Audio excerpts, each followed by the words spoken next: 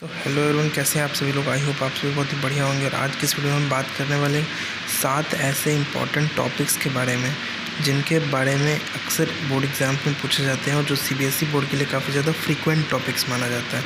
इन topic से question बनने की प्रोबेबिलिटी बहुत ही हाई होती है और इन 7 टॉपिक्स में से I can guarantee that most of the long answer questions and 2-3 markers will be from these topics only. सो आप सारे टॉपिक्स को अच्छे से देखना। मैं हर टॉपिक को ऑलमोस्ट 5 पॉइंट्स में कवर कर देने वाला हूँ, सारा इंपॉर्टेंट पॉइंट। और आई होप कि अगर आप ये इतना कर लेते हो तो आपका अच्छा खासा मार्क्स आ जाने वाला है। एटलीस्ट पासिंग मार्क्स से ज़्यादा तो आ ही जाने वाला है इतने से। तो चलिए स्टार्ट कर देते हैं अपने वीडियो को। और सबसे पहला जो हमारा टॉपिक है, topic 1 is RNAi, that is RNA interference. तो स्टार्ट करते हैं RNA इंटरफेरेंस। सो RNA इंटरफेरेंस पे हम 5 पॉइंट डिस्कस करेंगे और इन्हीं 5 पॉइंट्स में सारा का सारा ऑलमोस्ट एवरीथिंग क्लियर हो जाएगा। चलिए स्टार्ट करें। सबसे पहला हमारा पॉइंट है RNA इंटरफेरेंस।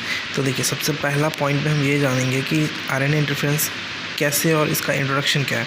तो सबसे पहला पॉइंट ये है कि several nematodes have been found to parasitise a large variety of plants and animals including humans, that is. और एग्जाम्पल में दे देंगे Meloidogyne incognita infect the roots of tobacco. First point ये हो गया। सेकंड पॉइंट में देखते हैं, अब इस इन्फेक्शन से, इस पैरासाइटिक इन्फेक्शन से बचने के लिए एक मेथड अडॉप्ट किया गया। अब method adopted called RNA interference which is we are discussing. And RNA interference takes place in all eukaryotic organisms as a method of cellular defence, यानी सेलुलर डिफेंस के रूप में यूज़ किया जाता है। It involves the silencing of specific mRNA sequence from double stranded RNA। एक specific mRNA की silencing होती है एक डबल स्ट्रैंडेड mRNA की वजह से। और जो डबल स्ट्रैंडेड RNA मॉलिक्यूल क्या करता है, बाइंड करता है उस स्पेसिफिक mRNA पे और उसके एक्सप्रेशन को, यानी ट्रांसलेशन को साइलेंस कर देता है। तो ये है हमारा सेकंड पॉइंट। ठीक है, आई होप आपको समझ में आया होगा। थर्ड पॉइंट देखते हैं। अब जो हम स्पेसिफिक mRNA की साइलेंसिंग करने के लिए जो डबल स्ट्रैंडेड RNA मॉलिक्यूल बनाएंगे, इस RNA मॉलिक्यूल को बनाने के लिए सोर्स कहाँ से लेंगे। तो देखिए, source of this DS RNA could be from infection by virus और mobile genetic elements called transposon, जो कि रेप्लिकेट कैसे करें, RNA इंटरमीडिएट के द्वारा। यानी कि हम किसी ऐसे ट्रांसपोजोन से वो सोर्स ले सकते हैं या वायरस से ले सकते हैं जो कि रेप्लिकेशन करता हो RNA इंटरमीडिएट से। तभी तो जाके हमको डबल स्ट्रैंडेड RNA मिलेगा जो साइलेंसिंग करेगा स्पेसिफिक mRNA सीक्वेंस की, और जिससे कि हमारा RNA इंटरफेरेंस होगा और वहाँ पे साइलेंसिंग हो जाएगी mRNA की। ये हमारा थर्ड पॉइंट है। फोर्थ पॉइंट देखिए, अब हम क्या करते हैं, अब बेसिकली यहाँ पे हमको टबैको रूट वाला पढ़ना था हमारे चैप्टर में। तो टबैको रूट के लिए हम ये 2 पॉइंट स्पेसिफाई करेंगे। और बेसिकली अगर पूछा जाए RNA इंटरफेरेंस के बारे में, इन 5 में से आपको काट छाट के लिख देना है और अपने आंसर हिसाब से अच्छा आंसर बना के लिख देना है। लेकिन इससे बाहर कहीं कुछ भी नहीं होने वाला, ये कंप्लीट है अपने आप में। ठीक है, next one is tobacco root में क्या करना है। तो using agrobacterium virus nematode specific gene were introduce in the host plant, the introduction of DNA was that both sensor and disease strand, यानी कि एग्रोबैक्टीरियम ट्यूमिफेसेंस। इससे जो tDNA वाला प्लाज्मिड हम निकालते हैं, जिसमें tDNA होता है, तो वहाँ पर हम अपना नेमाटोड स्पेसिफिक जीन को इंसर्ट करके और इंसर्ट करा देंगे इसमें, तो रूट प्लांट जैसे ट्रांसजेनिक होस्ट बन जाएगा वो।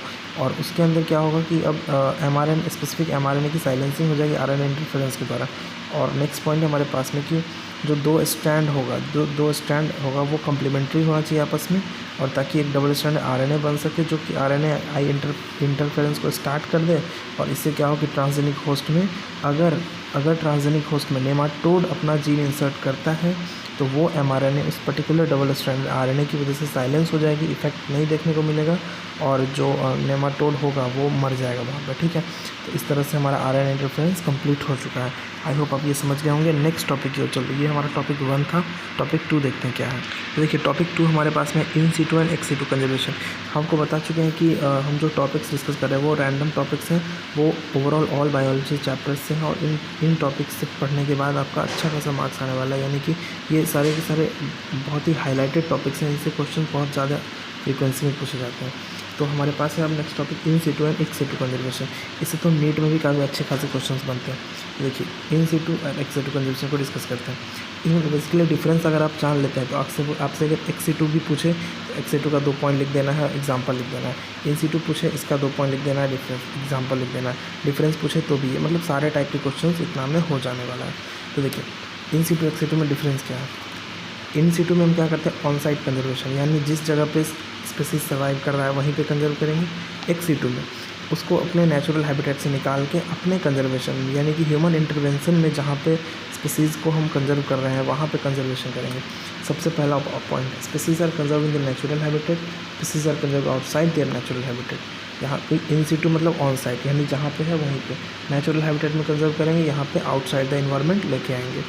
अच्छा, इन सिटू में क्या होता है, applicable for large population, applicable for large population मतलब लार्ज पॉपुलेशन अगर हो तो इसके लिए एप्लीकेबल कौन सा होगा, इन सिटू, और स्मॉल पॉपुलेशन के लिए एप्लीकेबल होगा हमारा in situ, ex situ sorry, off site conservation.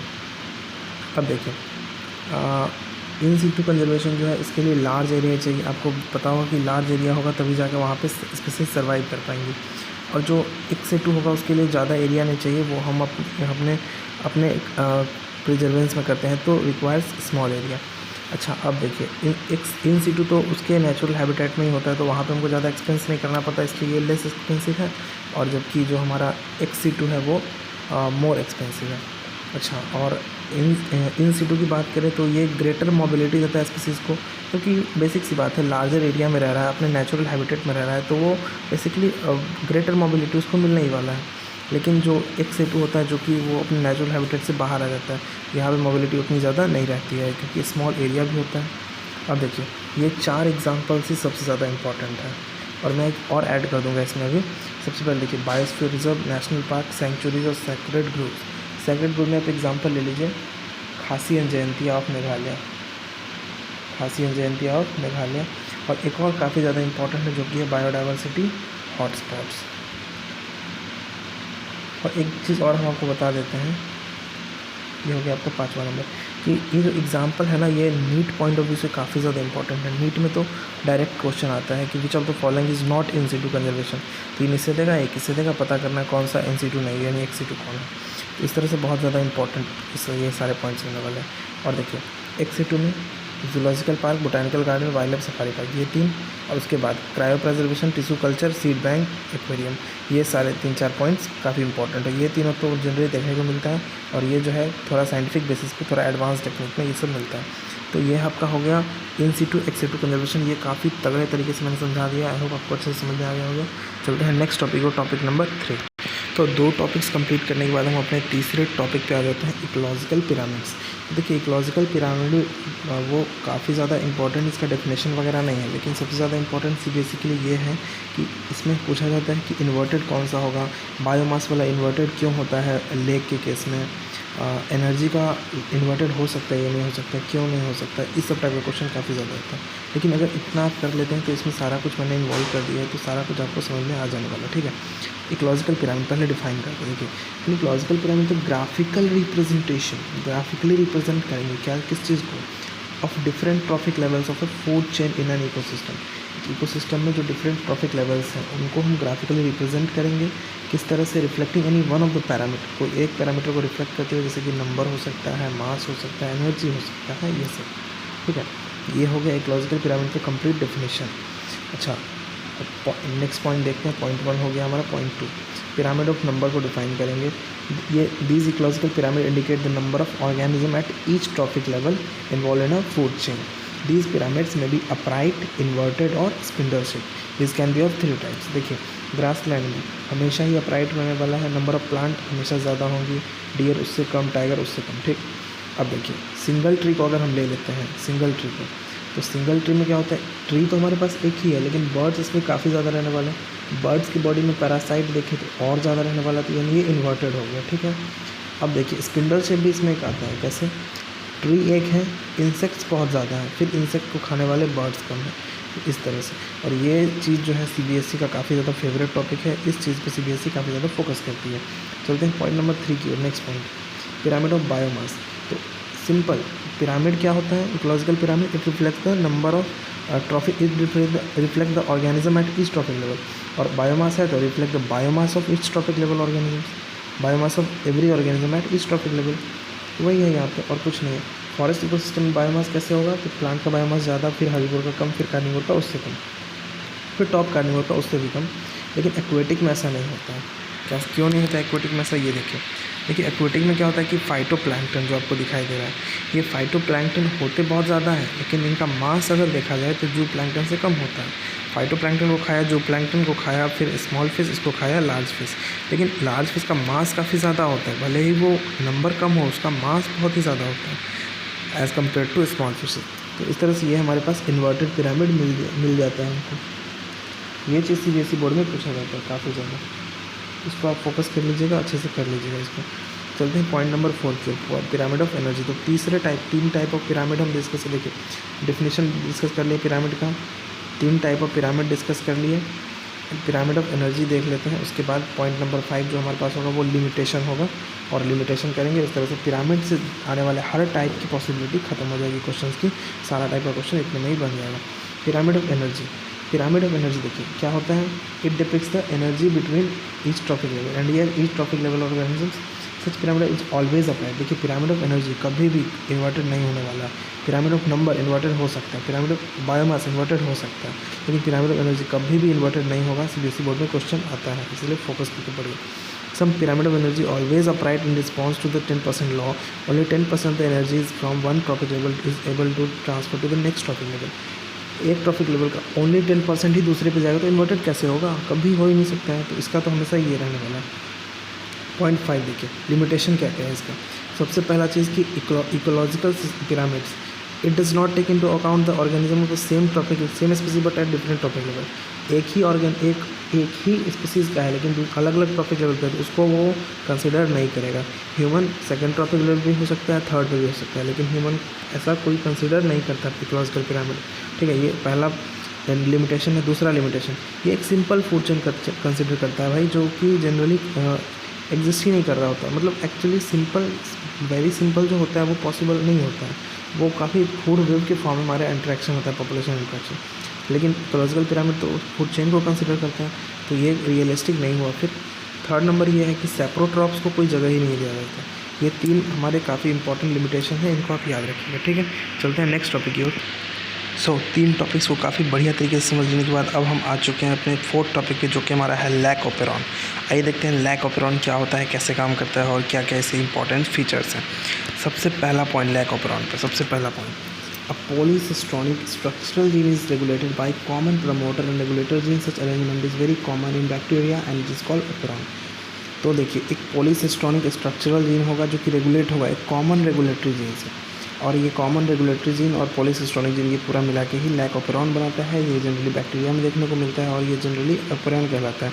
Operon में एक ऑपेरॉन बहुत सारा होता है, एग्जाम्पल के लिए ट्रिप्टोफैन ऑपेरॉन, लैक ऑपेरॉन, ये सब होता है। तो एक एग्जाम्पल है हमारे पास में लैक ऑपेरॉन, जो कि हमारे सिलेबस में है।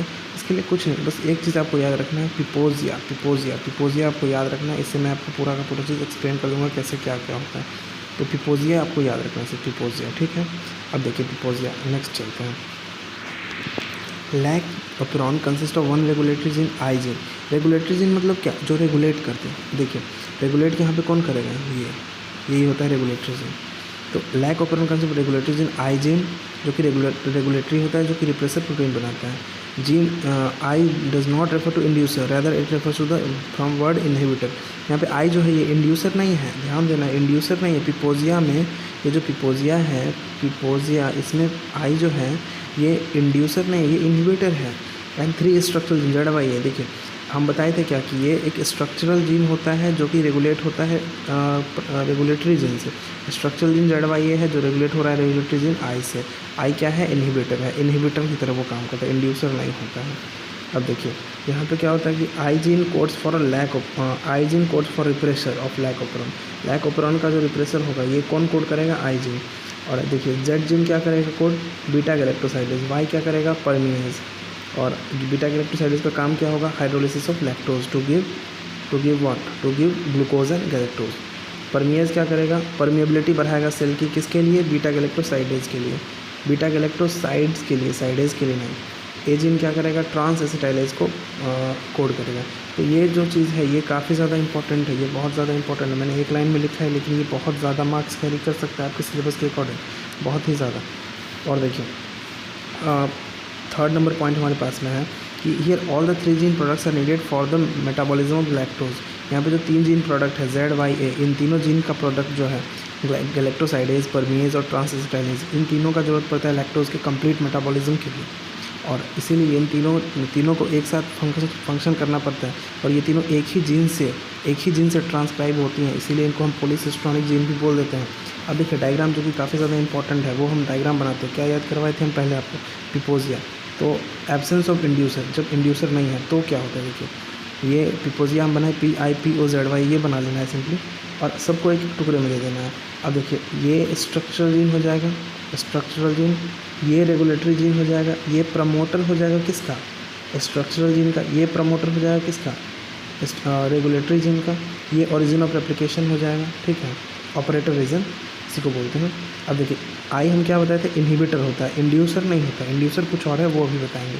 आई क्या होता है? इनहिबिटर। ये रिप्रेसर mRNA बनाया, अब रिप्रेसर प्रोटीन बना, रिप्रेसर क्या किया जाके बाइंड कर गया operator region of structural gene पर। अब ये क्या करेगा? रिप्रेसर बाइंड करके operator region of structural gene पर, तो प्रिवेंट करेगा RNA पॉलीमरेज को कि ये ट्रांसक्राइब ना करे ऑपरॉन को, और ट्रांसक्राइब नहीं करेगा तो क्या ये एक्सप्रेस होगा? कभी नहीं। अब देखिए ये तो हम बात कर ली कि एब्सेंस ऑफ इंड्यूसर में क्या होता है। अब देखिए प्रेजेंस ऑफ इंड्यूसर में क्या होता है। इंड्यूसर वो होगा जो लैक ऑपरॉन को इंड्यूस करेगा जी। ये आई क्या कर रहा था? आई तो इसको इनहिबिट कर रहा था। इंड्यूस जो करेगा वो इंड्यूसर होगा। देखिए देखते हैं कैसे इंड्यूसर काम करता है। प्रमोटर जो था इंड्यूसर का, सॉरी ये आईजीन ही जो है वो mRNA बनाया, रिप्रेसर mRNA से रिप्रेसर प्रोटीन बन गया हमारे पास। अब जो इंड्यूसर है यहाँ पे, इंड्यूसर क्या हो सकता है? लैक्टोज चाहे एलोलैक्टोज, दोनों में से कुछ भी हो सकता है। ये इंड्यूसर बाइंड करेगा रिप्रेसर पे, इसको इनएक्टिव कर देगा, यानी इनएक्टिव रिप्रेसर बन जाएगा ये, ठीक। अब इनएक्टिव रिप्रेसर है तो ये बाइंड थोड़े कर पाएगा इस पर, ये ऑपरेटर पे बाइंड नहीं करेगा, तो आपका ऑपरेटर फ्री है पूरे के पूरे पॉलीसिस्टोनिक जीन का ट्रांसक्रिप्शन कराने के लिए। तो होगा वही ट्रांसक्रिप्शन होगा, लैक mRNA बनेगा, इससे लैक जीन बनेगा, और क्या क्या बताया था? Z से बनेगा बीटा गैलेक्टोसाइडेज, Y से बनेगा रिप्रेस परमिएज, और A से बनेगा ट्रांसस्टाइलेज। तो अब देखिए अब इन तीनों जीन प्रोडक्ट्स का जलवा होगा यहाँ पे, और ये तीनों किस में हेल्प करेगा? मेटाबॉलिज्म ऑफ लैक्टोज में, ठीक है। तो ये हो गया हमारा पूरा का पूरा वर्किंग ऑफ लैकोपरॉन। पॉइंट नंबर 4 हमारा ये कहता है कि repressor protein formed from I gene all the time and the repressor protein binds to the operator region of the operon and prevents RNA polymerase from transcribing the gene। Repressor protein जो कि हमेशा बनता रहता है आई gene के working के कारण, और वो क्या करता है? रिप्रेसर प्रोटीन को बाइंड करा देता है ऑपरेटर रीजन पे, जिस कारण से रेगुलेटरी जीन स्ट्रक्चरल जीन हमारा स्ट्रक्चरल जीन पे RNA पॉलीमरेज एक्ट नहीं कर पाता, इसके कारण उसका ट्रांसक्रिप्शन नहीं हो पाता है। पॉइंट नंबर 5 ये कहता है कि in the presence of inducer के होने की स्थिति में लैक्टोज या एलोलैक्टोज यही इंड्यूसर है, इसके होने की स्थिति में रिप्रेसर मॉलिक्यूल इनएक्टिव हो जाता है। किसके द्वारा? इंटरेक्शन विद इंड्यूसर से इंटरेक्शन होने के कारण वो जो रिप्रेसर मॉलिक्यूल बनता है वो वहाँ पे इनएक्टिव हो जाता है। और ये क्या चीज़ करता है? इसके कारण RNA पॉलीमरेज को एक्सेस मिल जाता है प्रमोटर के पास। RNA पॉलीमरेज जो है वो प्रमोटर तक चला जाएगा और ट्रांसक्रिप्शन को करने लगेगा, और जिसके कारण रेगुलेशन होगा लैक ऑपरॉन का, और उसी को हम नेगेटिव रेगुलेशन बोल देते हैं।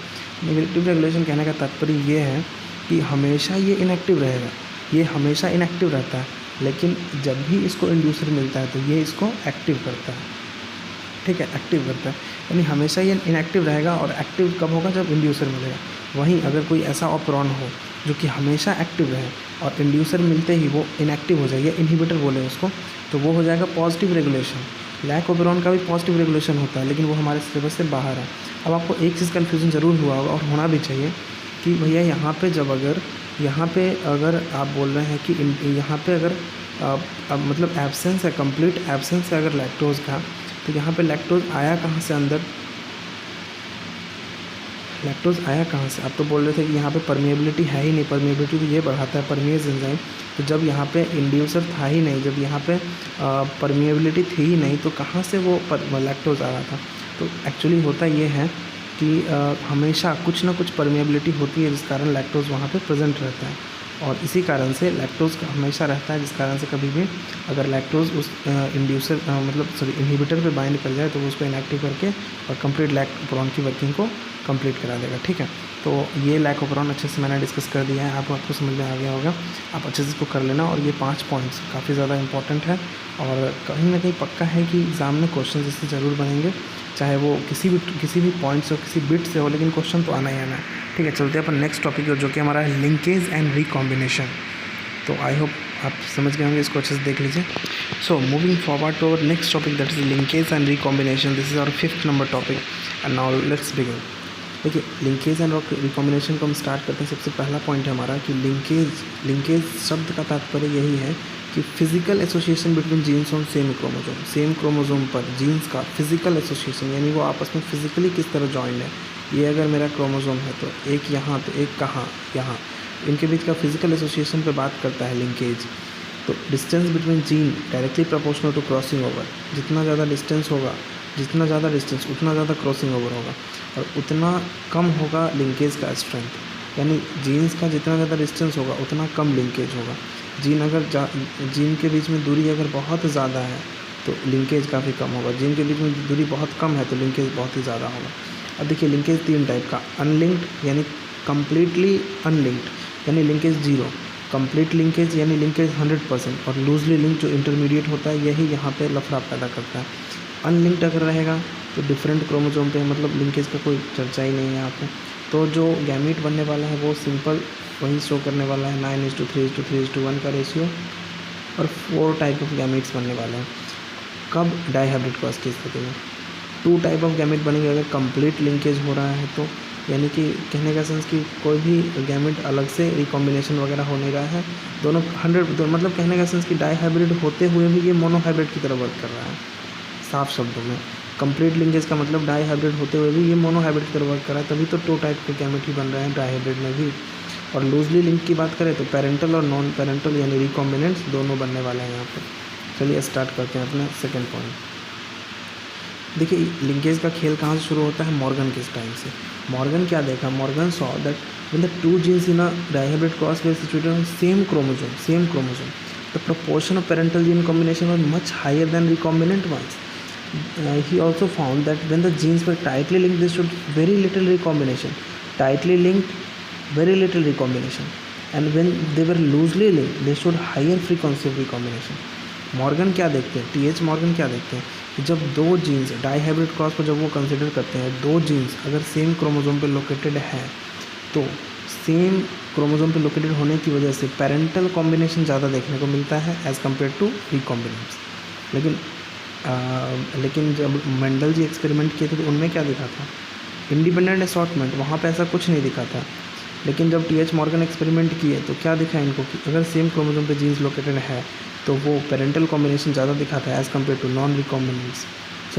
To recombinants. वो ये भी देखे कि जब जीन्स टाइटली लिंक्ड हैं, जब जितने ज़्यादा टाइटली लिंक्ड है तो उतना कम रिकॉम्बिनेशन देखने को मिलता है, और जब जितना ज़्यादा लूजली लिंक्ड है यानी डिस्टेंस जितना ज़्यादा है उतना ज़्यादा रिकॉम्बिनेशन देखने को मिलता है, उतनी ज़्यादा फ्रीक्वेंसी होती है रिकॉम्बिनेशन की।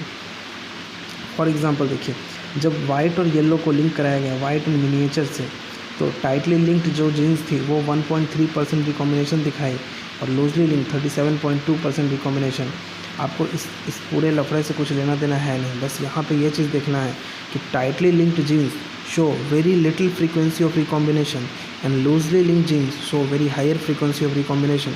That is it means that when genes are very tightly linked, very close to each other, then they pass on as in the form of parental generation. Parental की तरह ही वो पास ऑन होंगी, वो recombinant नहीं बनाएंगी, वो non recombinant के form में ही रहेंगी। और जब वो बहुत ही ज़्यादा दूर हैं यानी बहुत ही ज़्यादा लूजली लिंक्ड हैं, then they will pass as a form of new recombinants and recombination frequency will be very much greater, ठीक है, as compare to tightly linked genes. ठीक है, तो ये चीज़ आपको याद रखना है। बाकी इतना आपको समझ में आया तो भी अच्छी बात है, नहीं समझ में आया तो कोई दिक्कत की बात नहीं, काम इतना का ही होने वाला है। देखिए point number 4, student of TH Morgan, Alfred Sturtevant and the frequency देखिए his student Alfred Sturtevant and used the frequency of recombination between gene pairs on the same chromosome as a measure of distance between the genes and map their position to form genetic maps. इसका जो student था TH Morgan sir का, वो क्या किया, वो बोले कि जितना फ्रीक्वेंसी होगा उसको हम डिस्टेंस के रूप में मेज़र करेंगे, जितना डिस्टेंस होगा उसको, जितना फ्रीक्वेंसी होगा उसको डिस्टेंस के रूप में मेज़र करेंगे और जेनेटिक मैप तैयार करेंगे। कहने का तात्पर्य ये है कि अगर 1% रिकॉम्बिनेशन हो रहा है तो हम क्या बोलेंगे कि ये क्रोमोसोम पे अगर दो जीन्स ऐसे हैं जिनके डाईहाइब्रिड क्रॉस में अगर 1% रिकॉम्बिनेशन देखने को मिल रहा है तो हम इस जीन के बीच के डिस्टेंस को बोल देंगे 1 सेंटीमॉर्गन। यानी कि मॉर्गन टीएच मॉर्गन के चेले ने उनका नाम ही रख दिया, उनके नाम पे यूनिट बना दिया जो कि डिस्टेंस बिटवीन जीन्स को मेज़र करता है। ठीक है, ये आपको समझ में आ गया होगा, समझ गए होंगे आप। पॉइंट नंबर 5 ये बताता है कि रिकॉम्बिनेशन फ्रीक्वेंसी, यानी कि एक क्रॉस करने के बाद रिकॉम्बिनेंट हमारे पास कितने बने हैं, तो total number of recombinant upon total progeny into 100 करेंगे तो रिकॉम्बिनेशन फ्रीक्वेंसी देखने को मिलेगी। और रिकॉम्बिनेशन फ्रीक्वेंसी निकाल के ही हम जीन्स के बीच का डिस्टेंस मेजर करते हैं as method given by Alfred Sturtevant, who was the student of TH. Morgan. ठीक है, तो ये चीज़ रहा आपका पूरा का पूरा लिंकेज एंड रिकॉम्बिनेशन। इससे भी सीबीएसई में क्वेश्चन देखने को मिलता है और इन ईयर्स में काफ़ी ज़्यादा फ्रीक्वेंट है क्वेश्चन। तो ये चीज़ आप देख लीजिए अच्छे से। और moving forward to our next topic, हमारा नेक्स्ट टॉपिक है graphs and hormonal control of menstrual cycle. ये हमारा आज का सेकेंड लास्ट टॉपिक है। आइए स्टार्ट करते हैं। Reproductive cycle of female primates is called menstrual cycle. Menstrual cycle जो है वो रिप्रोडक्टिव साइकिल है किसका, फीमेल प्राइमेट्स का। तो इससे भी क्वेश्चंस बनते हैं, लेकिन इससे टेक्निकल क्वेश्चंस बहुत ही ज़्यादा बनते हैं, आपको डायरेक्ट क्वेश्चन कोई भी देखने को नहीं मिलेगा।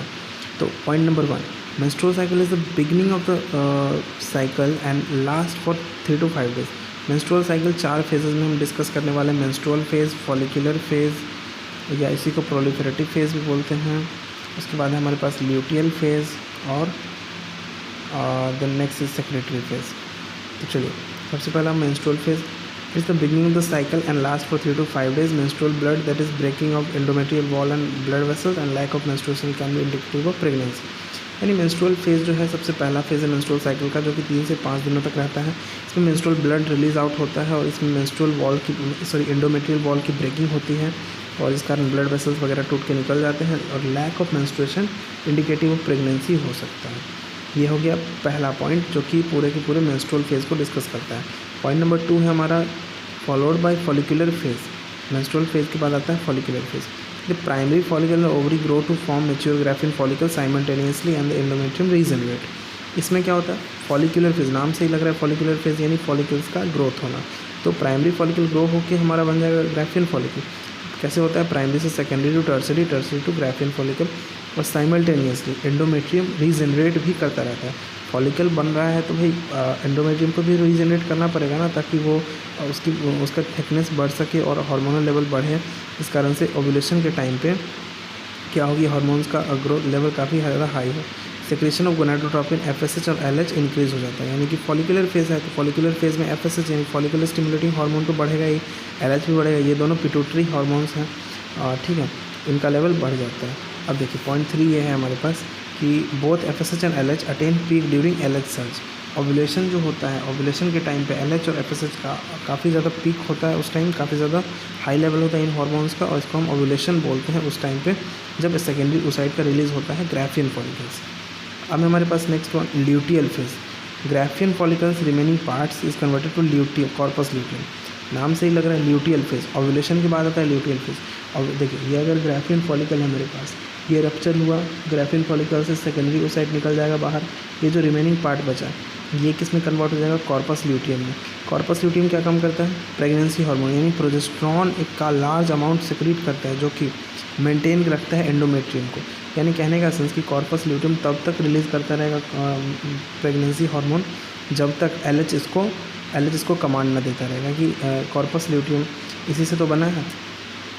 अब देखिए प्रोजेस्टेरॉन को वो रिलीज़ करता रहेगा और ये मेंटेन करेगा एंडोमेट्रियम को, ठीक है।